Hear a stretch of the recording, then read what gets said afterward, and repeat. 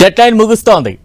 Deal కుదుర్చుకోకపోతే నరకం చూపిస్తానంటూ అమెరికా అధ్యక్షుడు ట్రంప్ హెచ్చరిస్తున్నారు. అయితే ఇరాన్ మాత్రం దాన్ని కేర్ చేయడం లేదు. సరికదా, అమెరికా ఇజ్రాయెల్ రెండింటికి బిగ్ సర్ప్రైజ్ ఇస్తానంటోంది. ఇంతకీ ఏంటా సర్ప్రైజ్? అమెరికా పరువుకి పంక్చర్. వరుసగా అమెరికన్ జెట్ ఫైటర్లను కూల్చేస్తోన్న ఇరాన్ అయినా తగ్గకుండా డెడ్ లైన్లతో హోరెత్తిస్తున్న ట్రంప్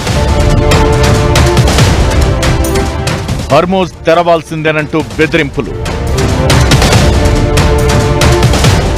మీకంత సీన్ లేదంటూ లైట్ తీసుకుంటున్న ఇరాన్ మీ పిల్లల క్షేమం చూసుకోవాలంటూ అమెరికన్లకు మెసేజ్. ఓవైపు అనూహ్యమైన వ్యూహాలు, మరోవైపు మైండ్ గేమ్. ఒమన్తో ఇరాన్ చర్చలు. యుద్ధం 6వ వారంలోనూ ఇరాన్ ఎక్కడా తగ్గడం లేదు. సరికదా, వ్యూహాత్మకంగా పైచేయి సాధించినట్లయింది. తాను నాశనమైపోతున్నా పట్టించుకోకుండా ఇజ్రాయెల్ గల్ఫ్ దేశాలపై దాడులు కొనసాగిస్తోంది. 48 గంటల్లో హర్మూజ్ జలమార్గం తెరవాలంటూ ట్రంప్ హెచ్చరిస్తున్నా కేర్ చేయకుండా మరో జలమార్గాన్ని కూడా మూసేస్తామని తిరిగి బెదిరించింది. దీంతో బాబ్ అల్ మండేబ్ కనుక మూస్తే పరిస్థితేంటనే ఆందోళన ప్రపంచ దేశాల్లో ప్రారంభమైంది. ఇప్పటికే ఓ మార్గం మూసుకుపోయి అల్లాడుతుంటే కొత్తగా ఇదేంటని మండిపడుతున్నాయి. మొత్తం యుద్ధరంగంలో అమెరికా తన వైఫల్యాన్ని ఒప్పుకుంటోంది.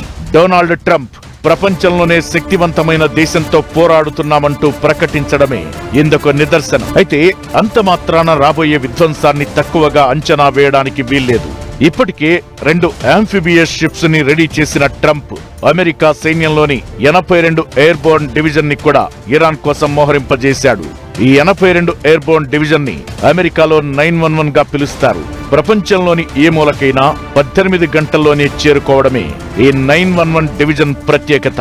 దీన్ని సిద్ధం చేయడం ఖచ్చితంగా కర్గ్ ఐలాండ్ స్వాధీనం చేసుకోవడానికే అని పరిశీలకుల అంచనా. వీటితో పాటు యుఎస్ఎస్ బాక్స్, యుఎస్ఎస్ ట్రిపోలీలు 2 కూడా కర్గ్ ఐలాండ్ లో పాదం మోపడానికే సిద్ధం చేశారంటుండగా వీటిలో వేలాది మెరైన్లు, F-35 స్టెల్త్ ఫైటర్లు మోహరించారు. షిప్ టు షోర్ పద్ధతిలో యుద్ధం అవసరమైనప్పుడే అమెరికా ఈ 2 షిప్పులను రెడీ చేస్తుంది. అమెరికా ఈ వ్యూహంతో ముందుకు వెళుతుండగా ఇరాన్ ఒమన్తో హర్మూజ్ జలమార్గంలో అనుసరించాల్సిన పద్ధతిపై చర్చలకు దిగడం ఆసక్తికరంగా మారింది. ఈ పరిస్థితిలోనే మన గ్రీన్ ఆశా నౌక జలసంధిని దాటి సురక్షితంగా భారత జలాల్లోకి ప్రవేశించింది.